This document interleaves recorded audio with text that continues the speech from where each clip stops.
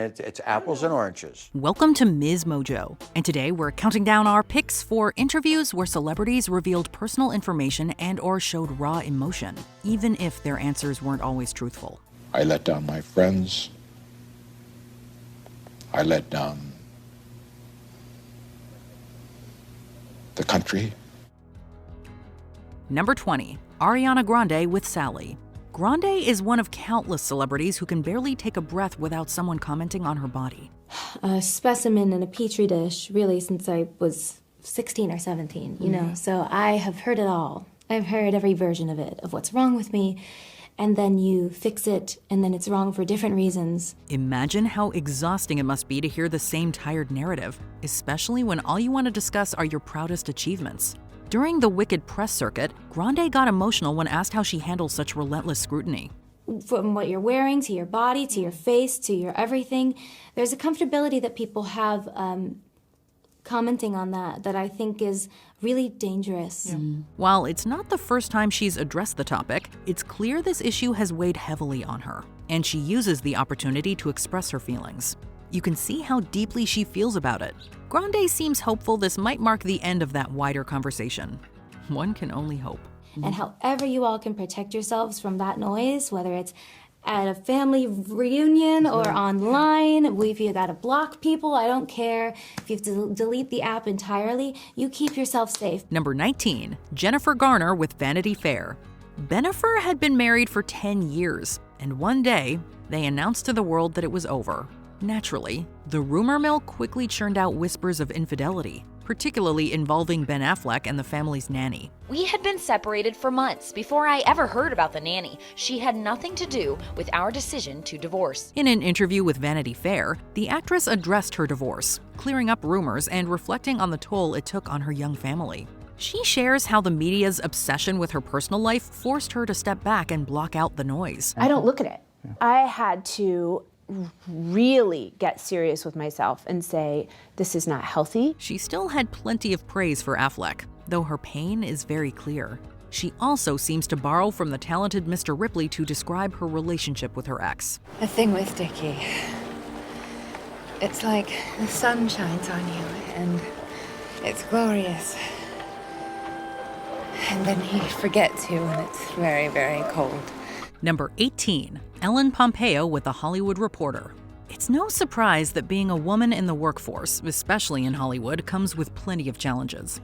In an interview with The Hollywood Reporter, the Grey's Anatomy star shared how she learned to recognize her worth and fight for it. Last month, you made a huge stir with this interview, How I Became TV's $20 Million Woman. She opens up about the double standards in the industry and how having a major Hollywood actor as a co-star often made her feel boxed in. When Patrick Dempsey left the show, she decided it was time to remind everyone whose name is in the title. You had him and you lost him. You gotta take responsibility for your actions for once in your life. As Pompeo notes, women in Hollywood are often treated like they have a sell-by date, so why not demand your worth? That is how you become one of TV's highest paid actresses. And I wanted to sort of do a truthful interview and talk about my road to my own empowerment and how I got there, but also mistakes that I've made along the way. Number 17, Lena Dunham with The Cut. Dunham has never shied away from being transparent about her personal life. Before her interview with The Cut, Dunham had undergone surgery on her ovary. I'd like to thank my ovaries. You know I love you, ovaries, even though you've acted like pretty bitchy and weird for the last 15 years. From the way things are described, she gave her interviewer such a vivid account that it was almost like they'd had a front row seat to the procedure. By the time they met, they were already well acquainted with Dunham's organs. She speaks candidly about her battle with endometriosis, the drastic steps she took to manage the pain, and how she felt validated by her doctor after the surgery. I'd also like to thank my doctor, Randy Harris, in Los Angeles for diagnosing me, but moreover for believing me. It changed my entire life to be heard. Dunham also addresses the gossip about her misfortune with pets and reflects on the past statements for which she's had to apologize. I naively believed it was important to share my perspective on my friend's situation. We regret this decision with every fiber of our being. Number 16, Quincy Jones with Vulture.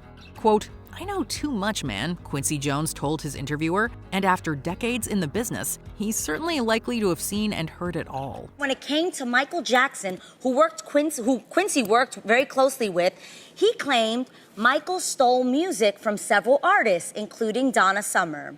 Wow. Quincy also said that he believes that the Beatles were, quote, the worst musicians in the world. In this candid interview, Jones spills on Michael Jackson's alleged plagiarism, his unfiltered thoughts on the Beatles, his ties to former presidents, and even his take on who shot Kennedy. He knows who killed JFK.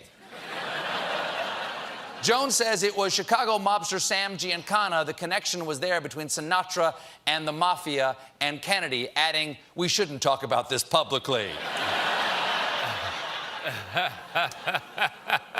Too late. He also claims to have dated Ivanka Trump, and he doesn't hold back when it comes to her father. Jones even brings up Marlon Brando's rumored romantic history and sexuality, though Brando's son has since denied at least part of those claims. Ironically, the person we seem to learn the least about in this whirlwind of revelations is Jones himself. I used to date Ivanka, you know. Wait. What? Number 15, Matthew Perry with Nightline. While promoting his memoir, Matthew Perry gave this deeply honest interview about substance use disorder and how it consumed his life. However deep it went for me and dark it went for me, that will help somebody who got that dark. And I kept going. Diane Sawyer picked out some of the book's most painful moments, and Perry addresses each one with remarkable candor. He opens up about the cost of fame, the grip of addiction, and how it nearly ended his life. My family rushed to the hospital and were told that I have a 2% chance to make it through the night. And, my mom heard that, and my dad heard that. It's clear how important it is for him to share his story, hoping to inspire others facing similar struggles to find hope. Listening to him speak so openly, willingly revisiting his pain to help others, is moving and admirable. This interview feels even more devastating now, knowing the challenges he faced and how his story ends. Your disease is just outside, just doing one-arm push-ups, just waiting for you, waiting to get you alone. Because alone, you lose. Number 14, Whitney Houston with Diane Sawyer. After endless speculation about her health and relationships, Whitney Houston sat down with Diane Sawyer to set the record straight. I can believe what you feel. I can believe that. But do you really know? Do you really know? No, you know. Thank you. She speaks openly about her struggles with substance use disorder, though she frames it as a, quote, bad habit. She also reflects on how it impacted her life and credits her faith for giving her the strength to persevere. I like to think of I had a bad habit, which can be broken. Sawyer's questions are relentless, leaving little room for Houston to deflect, yet she tackles them head on. Houston addresses everything: her addiction, body image, legal disputes with her father, and even her relationship with then-husband Bobby Brown. She also touches on behaviors the public had labeled, quote, erratic. She makes it very clear that she won't let tough questions diminish her resilience. People are different in the industry. It's about the money. It's about get it fast. You think you're not tough enough for this business? Oh, I'm tough enough. Number 13, Robert Blake with Piers Morgan. Piers Morgan has a habit of provoking strong reactions, and actor Robert Blake is no exception. While discussing his memoir, Morgan makes a remark Blake interprets as questioning the truth of his life story. Because if you don't know I'm telling you the truth, then you must have a little scratch in the back of your head about where I'm lying. Tell me where I'm lying. I'm not saying you're lying. But you're saying you don't know if I'm telling the truth. What the hell is the difference? Tensions escalate further when Morgan brings up Blake's late wife, for whose murder he had been acquitted. Now you want me to talk about Bonnie. Bonnie's not in the book. I chose to allow you to go there, and you should deeply, deeply respect that. The actor becomes so enraged that his televised responses seem to feature more bleeps than actual words. The heated exchange, however, prompts Blake to overshare far beyond what he likely intended when agreeing to the interview. By the end, it felt like we had not only read his memoir, but also all the parts that didn't make it into print. You got any idea why? Why I was under arrest for 4 years and he was under arrest for an hour, Mr. Research? No, I don't. Well, why the don't you look it up before we start talking about it? Number 12, Fidel Castro with Barbara Walters. This marked the first time the Cuban leader had talked to an American journalist. Walters called him, quote, charismatic, very charming and funny, but that didn't stop her from asking hard-hitting questions. She presses him on his politics and leadership, and even tries to get some personal tidbits. Okay, no una respuesta. What is the importance of my being married or not? And who cares whether I'm married or not? Walters is relentless. She has a job to do, and no one, not even someone seen by some as a dictator, would get an easy pass. When you talk to him about freedom of the press, you do when you talk to him about democracy, and his eyes narrow, and he said, my idea of democracy is not yours. And, you know, you cannot insult socialism. You cannot take apart our system. He holds his ground, staying true to his beliefs, as he famously did throughout his career. This is especially evident when asked about freedom of the press and democracy. He later called this interview one of the toughest he had ever faced. For Barbara, as a remembrance of the most difficult interview that I've had in all the days of my life. Number 11, Harry and Meghan with Oprah Winfrey. Conversations about, quote, how dark their baby's skin tone would be. He's not going to be given a title. And also concerns and conversations about how dark his skin might be when he's born. A rift between Prince Harry and his father so deep that Harry said his father at one point, quote, stopped taking my calls. And Meghan, Duchess of Sussex, opening up about how much the stress of it all had taken a toll on her mental health. It takes so much courage to admit that you need help. It takes so much courage to voice that. As I said, I was ashamed. I'm supposed to be stronger than that. These were some of the shocking details described by Harry and Meghan in an exclusive interview with Oprah Winfrey, the first they had given since they stepped away from official royal duties the previous year. They said they would have stayed had they gotten support from the royal family. That's coming from someone who wasn't reading anything, and as you touched on earlier, if she had have read anything, she wouldn't be here now. So we did what we had to do. Buckingham Palace responded to the interview by releasing a statement. Number 10, Michael Jackson and Lisa Marie Presley with Diane Sawyer. When Michael Jackson and Lisa Marie Presley got married in 1994, people were skeptical of the relationship. What do I love the most about him? Everything. He's amazing. I really admire him. I respect him. I admire him. I'm in love with him. And no, we don't sleep in separate bedrooms. Thank you very much. Presley had divorced Danny Keough 20 days before, and the public accusations of misconduct against Jackson had already been surfacing for a few months. Diane Sawyer began by asking typical relationship questions on ABC News Primetime Live in 1995, but she quickly put the couple on the defensive, asking about their decision to marry and the allegations. I just want people to know what they're dealing with before and understand that I'm not that we are not. The jokes, the degrading comments, all that kind of stuff, it's really irritating. It's hard for an interview not to get awkward with these subjects, but Michael maintained his innocence, and Lisa Marie stood by her man. I could never harm a child or anyone. It's not in my heart. It's not who I am. And it's not what I'm not even interested in that. Diane has been criticized for trying too hard to get a scoop, much like Martin Bashir later was for his 2003 TV documentary with Michael. When people hear that children from other families have come and they've stayed in your house, they've stayed in your bedroom. Well, very few. But, some have, and they say, is that really appropriate for a man? Number 9, Tom Cruise with Matt Lauer. It's no secret that Tom Cruise is a devout Scientologist, and he's not afraid to defend his beliefs.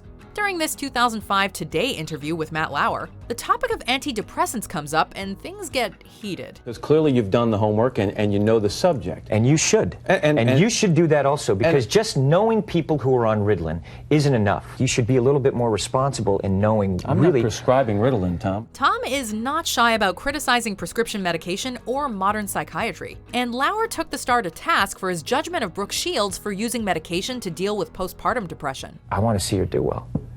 And I know that psychiatry is a pseudoscience. Lauer tries to defend the other side of the argument, but Tom refuses to concede, boasting about his superior knowledge of the subject.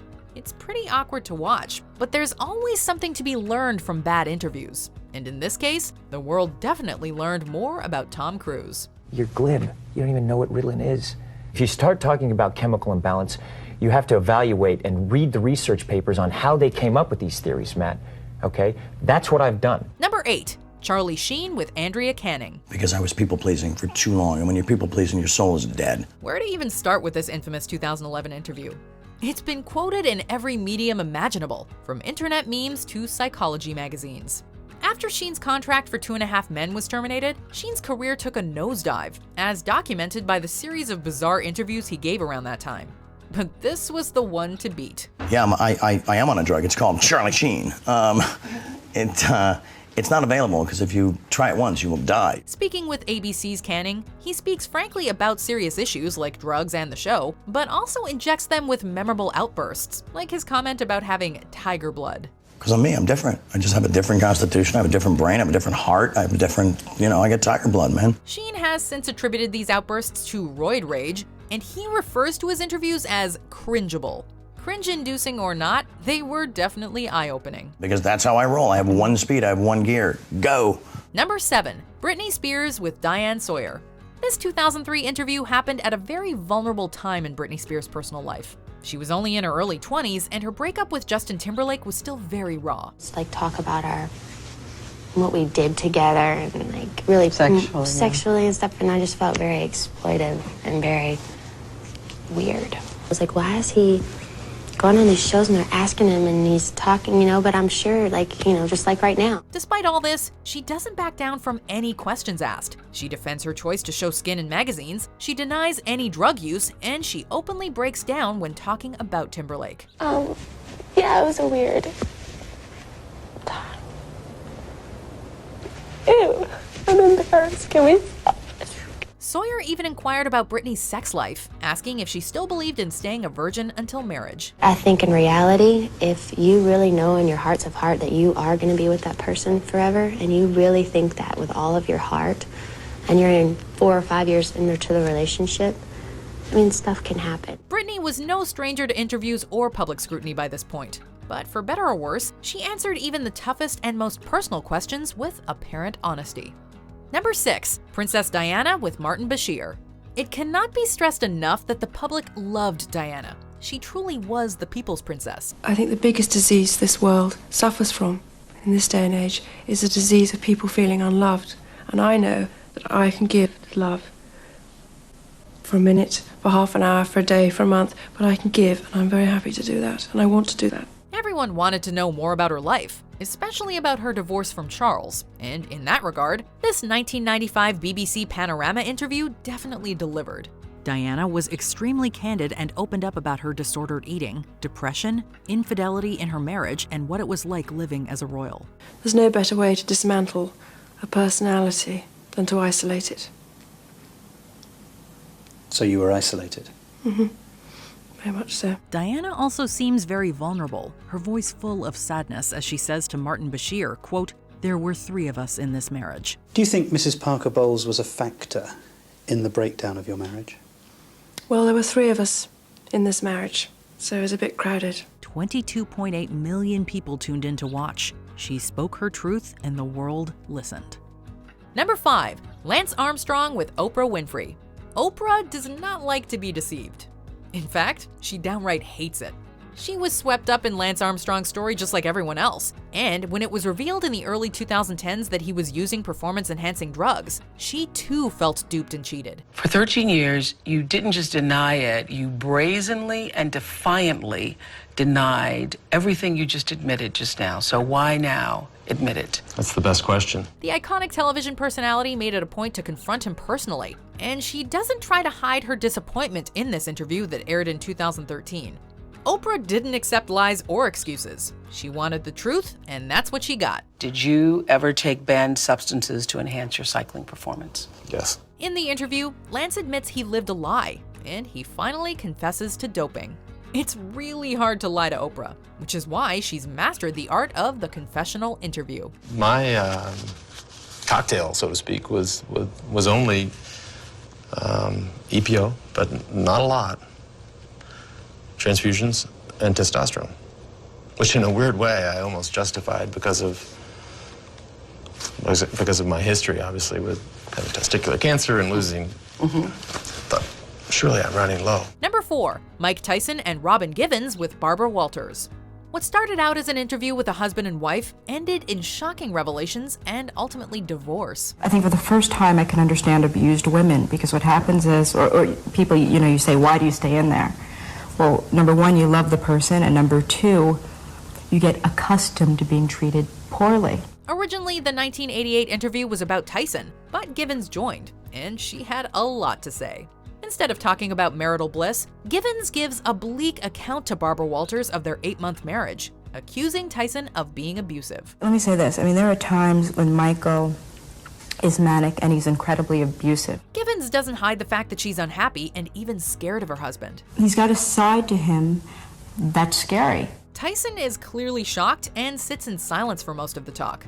Though Givens said they were working on his issues, she filed for divorce just 1 week after the interview and cited irreconcilable differences.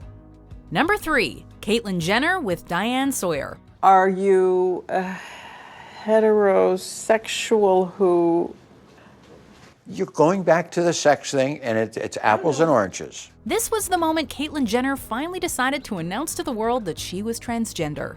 In this emotional and groundbreaking 2015 interview, Jenner talks about what it was like being perceived as a macho male Olympian while a feminine voice inside screamed to be heard. How isolating it was to be a celebrity and not wanting to disappoint her fans. And that's very hard for Bruce Jenner to say. Because why? I don't want to disappoint people. In a lot of ways, this is the moment she said goodbye to who she had been and took the damn ponytail out. Jenner and Sawyer would have yet another eye-opening interview together 2 years later. Number 2, Monica Lewinsky with Barbara Walters. She's the intern that almost brought down a presidency. A month after Bill Clinton was acquitted for lying about his affair with Monica Lewinsky, Lewinsky decided to tell her side of the story. People have no idea what this has done. What this has done, that behind the name Monica Lewinsky, there's a person and there is a family. 70 million people ate up the Barbara Walters interview, and Lewinsky did not disappoint, speaking out about her relationship with Clinton, how she felt about him, and everything in between. I think he is he's a very sensual man who has a lot of sensual feelings. It turns out that she didn't just have sexual relations with that man, she was also in love with him. Did you ever tell Bill Clinton that you were in love with him? Yes. You did. What did he say? He said that means a lot to me. The 1999 interview was also a launching point for Lewinsky's pop culture stardom and various endeavors in fashion and television, among other ventures. Before we continue, be sure to subscribe to our channel and ring the bell to get notified about our latest videos. You have the option to be notified for occasional videos or all of them. If you're on your phone, make sure you go into your settings and switch on notifications. Number 1, Richard Nixon with David Frost. So that is obstruction of justice? Now, just a moment. Period. That's your conclusion. It is. But now let's look at the facts. The Watergate scandal shook the very foundations of America, and the man at the heart of it wasn't saying too much. It wasn't until 1977, 3 years after he resigned as president, that Richard Nixon finally opened up in a series of interviews with David Frost. I let the American people down. And I have to carry that burden with me for the rest of my life. Here, he admitted more than he ever had before, with 45 million people watching. Frost was specifically chosen because Nixon's team thought he was a pushover, but they were sorely mistaken. Frost asked what the American people wanted to know, and by the end, he had Nixon apologizing and admitting to failing the country. I let down my friends. I let down the country. Which celebrity interview hit you the hardest? Let us know in the comments. But do you really know? Do you really know? Do you agree with our picks? Check out this other recent clip from MsMojo. And be sure to subscribe and ring the bell to be notified about our latest videos.